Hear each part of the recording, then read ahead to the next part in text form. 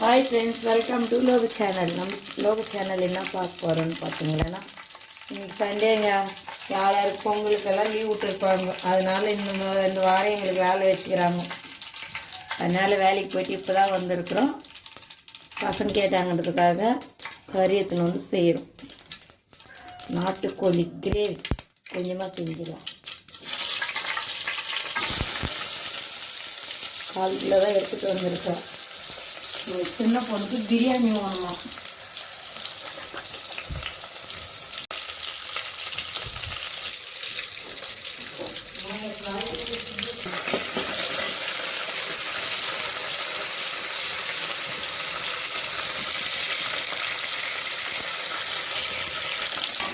பொங்கலுக்கெல்லாம் ஜாலியாக கொண்டாட்டு மற்ற செலவு துட்டெல்லாம் செலவு பண்ணிட்டு 4லேருந்து எல்லாரும் அவங்க ஓட வேண்டியதாக இருக்கும். இப்போயே எல்லாம் பாதி பேர் கலந்துருப்பாங்க இன்னைக்கு சண்டேவில். தக்காளி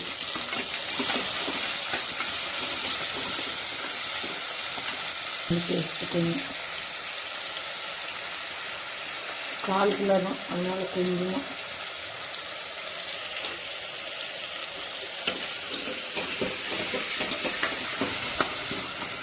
தக்காளி வதங்கிடுச்சு. கறி போட்டுடலாம் வச்சுட்டு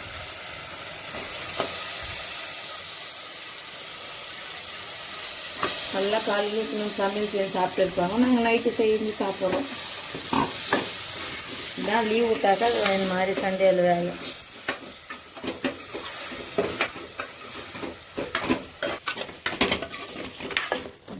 போடமா பக்கத்துலேயே தான் எழுதிருந்தீங்க. இது பால் காஞ்சிருந்துமா, பால் இறக்கிட்டு 5 பால் கிலோ தான். அதனால கொஞ்சமாக மிளகாத்தூள் 1 ஸ்பூன், கொஞ்சம் மிச்சமாக அவ்வளோ. தனியா தூள் நல்லா சேர்த்து ஒன்றா தானே அரைக்கிறோம். அதனால அதெல்லாம் எதுவும் போடல. அச்சு வச்சுக்கிட்டு நீங்கத்துக்கா அச்சு வச்சுக்கிறேன் தனியா தூள். அது நான் பண்ண போகிறேன். அது எதுனா ரொம்ப காரமாக இருந்தால் மட்டும் கொஞ்சமாக அவ்வளோதான். கழுவிட்டு கொஞ்ச நேரம்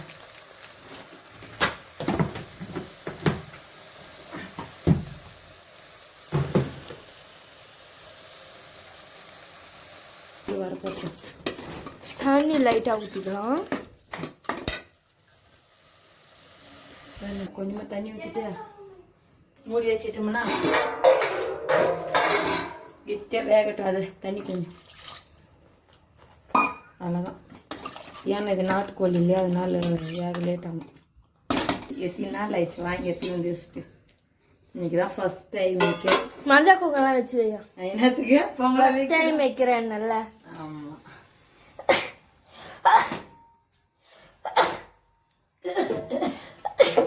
கொஞ்சம் ஏதோ பெரிய டப்பா 1 கிலோ கொஞ்சம் அது மிச்சம் இருக்கு.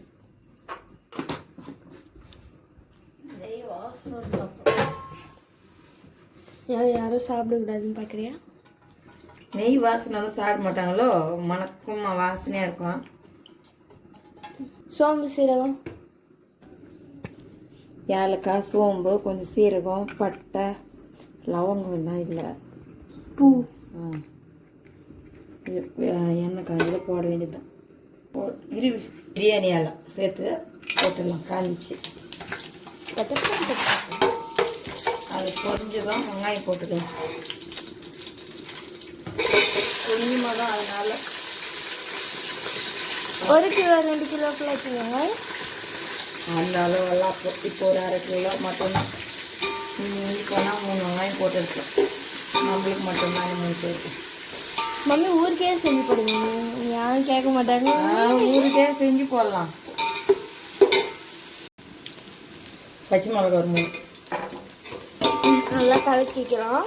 கரப்பட்டுச்சு. புதினா, கொத்தமல்லி போட்டுடலாம்.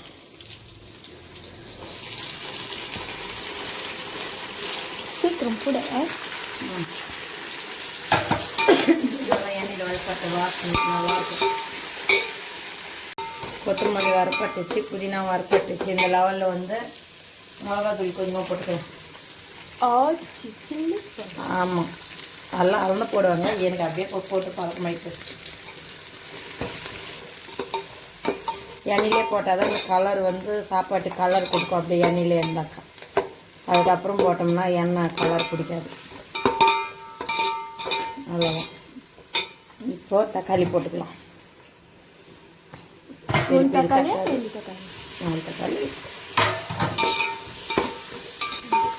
போட்டாச்சு. அது கூட கொஞ்சம் கழுப்பு போட்டுக்கலாம். அப்போ தக்காளி நல்லா வறுப்பணும்.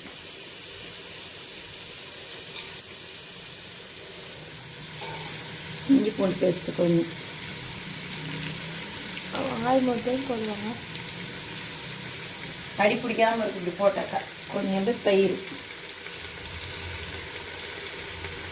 அதே தயிர் சாப்பிட்டு நல்லா தவங்க புதுப்பாயிடும். அப்படியே தானே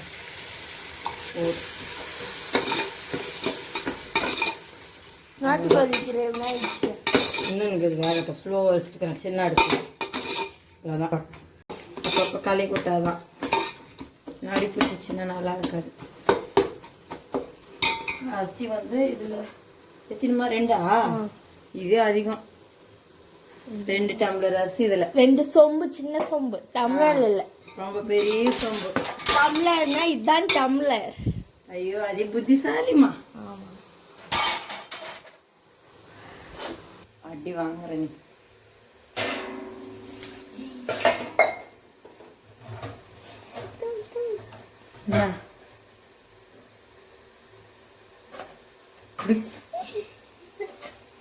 கறி போடலாம். கறி போட வேண்டியதுதான். தண்ணி ஒன்று கறி போட்டு அப்படியே கொஞ்ச நேரம் எண்ணெயிலே வாரப்பட்டோம். அப்படி மசாலா அப்பப்போ கொஞ்சம் களி கொடுத்துட்டு மூட வேண்டியதுதான்.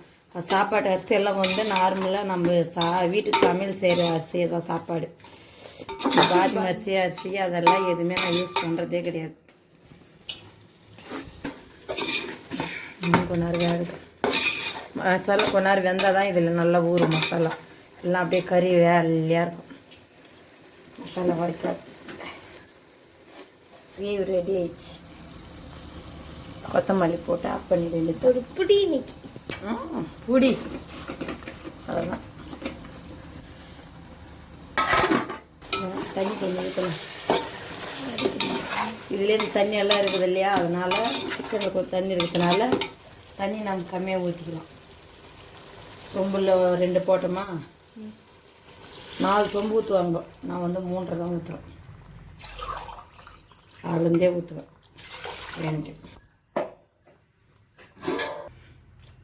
3 அரை தானியா இந்த அரை தண்ணியாதான் சொன்னேன். எந்த அரையாங்க நல்லா கொதிக்கணும். அப்பதான் தண்ணி கொதிச்சுட்டு அரிசி போடணும். தண்ணி டபுளாக வச்சா குழன்னு ஆகிடும். வேலைப்பேன் இதில் டேஸ்ட் பண்ணி பார்த்தாக்கா கொஞ்சம் உப்பாக இருக்கணும், கொஞ்சம் காரமாக தெரியணும், லைட்டாக உப்பாக இருக்கணும். அப்போ தான் கரெக்டாக இருக்கும். 2 கொஞ்சம் ஒரு கல் மிச்சமாக இருந்தால் தான். தண்ணி கொதிக்கிட்டோம். அரிசி போட்டுக்கலாம். அப்புறமா கொதிச்சு அரிசி போட வேண்டியது தான். தண்ணி இருக்காதனால நான் வெடி கட்டவே இல்லை, அதனால் கையில் அள்ளி போட்டுறேன். அரிசி போட்டாச்சு. தட்டு போட்டு மூடிடலாம். ஒரு 10 நிமிஷத்துக்கு வேகட்டும். ஒரு பேருக்கு அரிசி கூட கீழே விட மாட்டேன்ற தேவி போடுறேன். உலைக்கு வச்ச அரிசி ஒரு அரிசி குறைஞ்சா கூட ஒரு ஆள் சாப்பாடு குறையுமா, அது தெரிஞ்சுக்கோ முதல்ல அப்படின்னு சொல்லுவாங்க. எனக்கு சொல்லிக்கிறாங்க. உலையில் போகிற அரிசி கூட வாயில் போடக்கூடாதுன்னுவாங்க. நீங்கள் திருடி சாப்பிட்ற மா லெமன் பாதி. அப்பா தோற இங்கிலீஷ் எல்லாம் பேசுது. ஆஃப் கொட்டா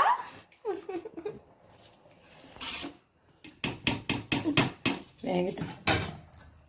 அவ்வளோதான். தண்ணி கம்மியாயிடுச்சா இப்போ என்ன பண்ணணும், டபரா போடணும். நெருப்பு இல்லாதனால மூடி வச்சுட்டு தோசை நாஸ்டிக் தராது இதில் நல்லா நிறவே அவ்வளோதாங்க.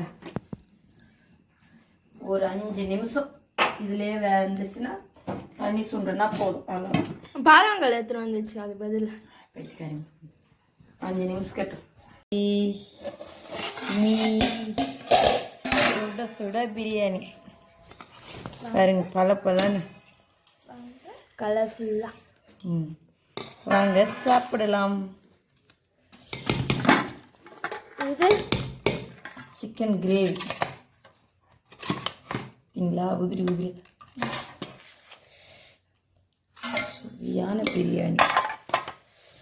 என்ன நாய் மாதிரி மூணு பார்க்குறா? ரியலி